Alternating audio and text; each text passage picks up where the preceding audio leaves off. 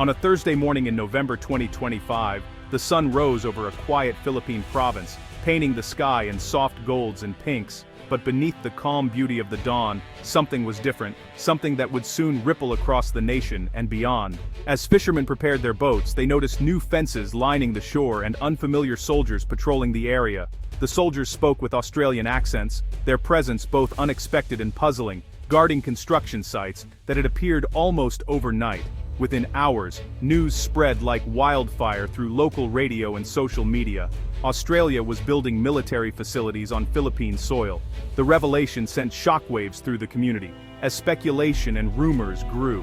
This wasn't an invasion nor a hostile takeover, but the result of a secretive, carefully negotiated agreement between the two nations. Few had known about the talks, and even fewer understood their full implications.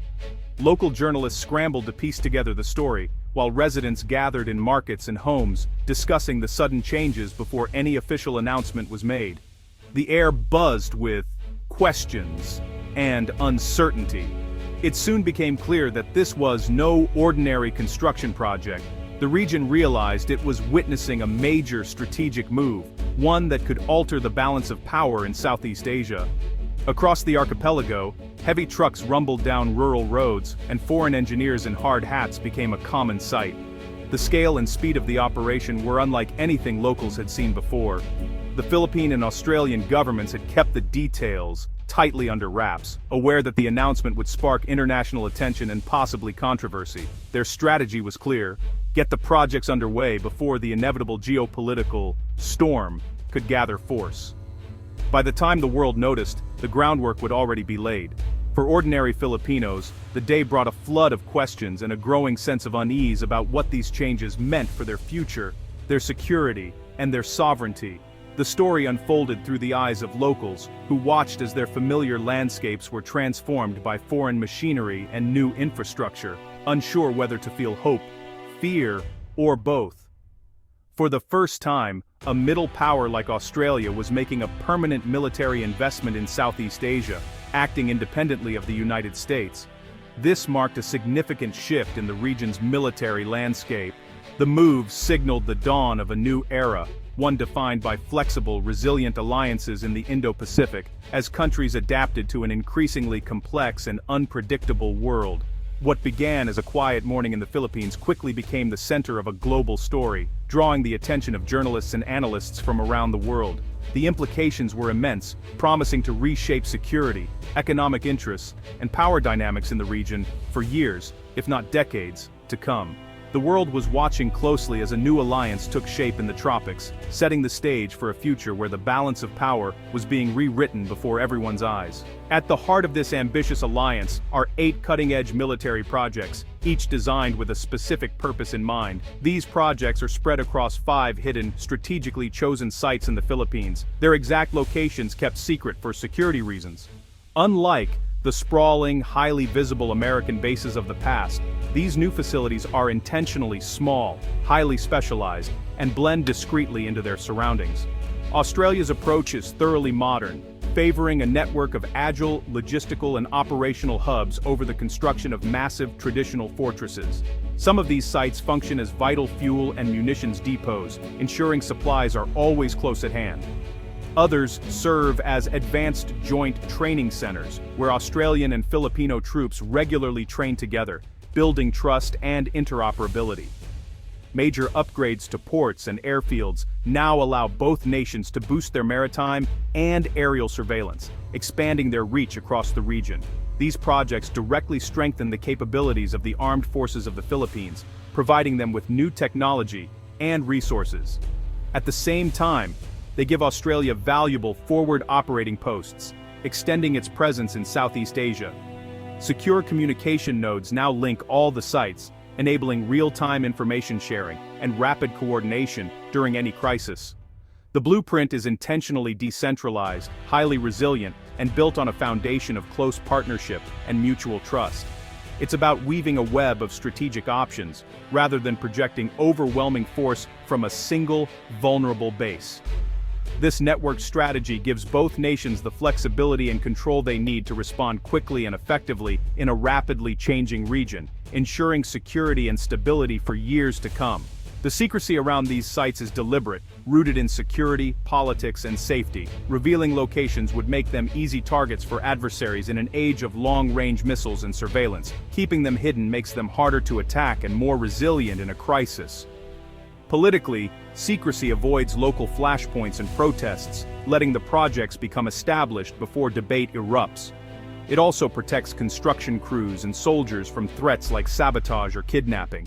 The safety of personnel is paramount, and secrecy acts as a shield.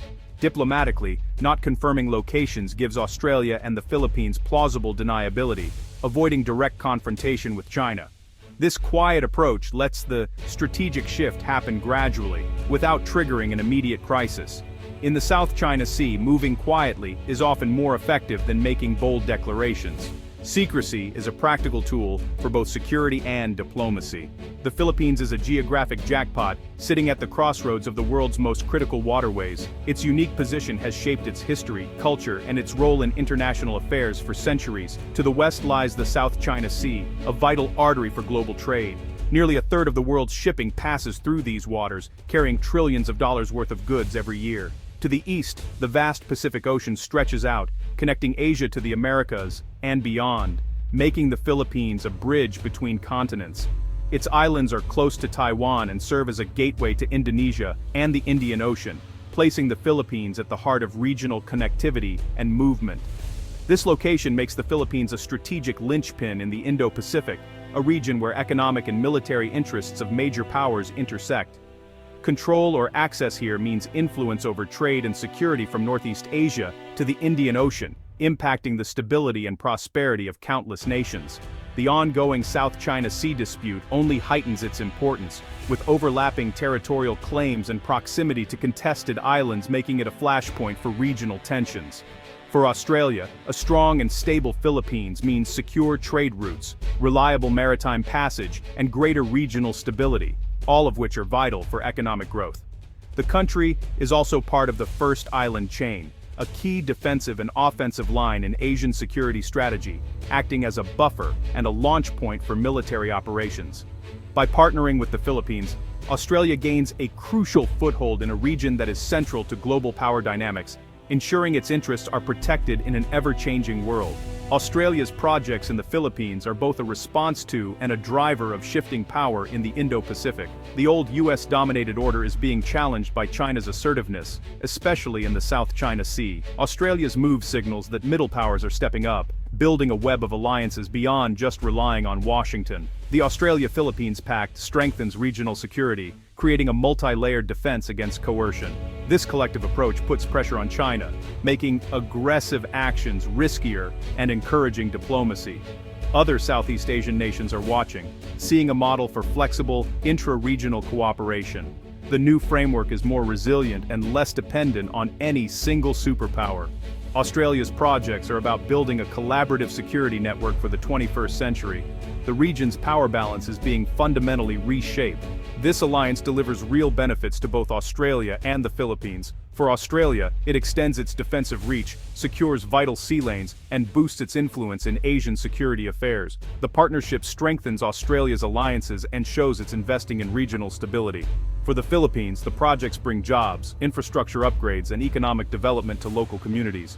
Most importantly, Australia's presence serves as a deterrent against aggression, especially in the South China Sea. The partnership accelerates the modernization of the Philippine military through joint training and technology sharing. Filipino forces become more capable, better able to defend their sovereignty. Both nations gain a stronger, more credible security guarantee. It's a crucial step toward a more balanced and secure Indo-Pacific. Australia's approach in the Philippines is a sharp contrast to the strategies of the US and China. The US once built massive, city-like bases, powerful but politically unsustainable. China's strategy is unilateral, building artificial islands to dominate the South China Sea, often ignoring international law. Australia's model is different, small, discrete, joint-use sites co-located with Philippine facilities. This reduces the physical and political footprint, respecting Philippine sovereignty, and fostering partnership. The distributed network is more resilient. An attack on one site doesn't cripple the whole system. It's also more flexible and less likely to provoke backlash. The evolution is clear. From American dominance to Chinese aggression to Australia's collaborative, sustainable model, this is a 21st century solution to a 21st century security challenge. The focus is on enablement, not dominance. It's a smarter, more sustainable way to build security in the region. For locals, the arrival of foreign military projects brings hope and anxiety. Jobs and economic growth are powerful incentives, especially in rural areas. New businesses, infrastructure, and opportunities can transform communities, but memories of past foreign bases stir worries about crime, cultural disruption, and loss of control. There's fear that their homes could become targets in a future conflict.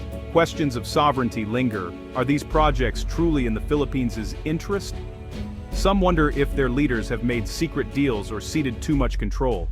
The community's mood is a mix of cautious optimism and deep concern. The projects promise prosperity, but also bring the risks of living in the shadow of great power rivalry. For many, the future feels uncertain as global strategy plays out in their backyard. As Australia's projects become reality, the Indo-Pacific faces a pivotal question. Will these bases deter conflict and promote stability, or will they draw the region closer to confrontation? The optimistic view collective deterrence keeps the peace, making aggression too costly. The bases could symbolize partnership and security, not war. But China may see them as provocation, escalating tensions and sparking a dangerous cycle. The future depends on diplomacy, intent, and how all sides choose to act. The Australia-Philippines alliance has redrawn Asia's strategic map. The world is watching to see if this new order brings peace, or sets the stage for the next great power conflict.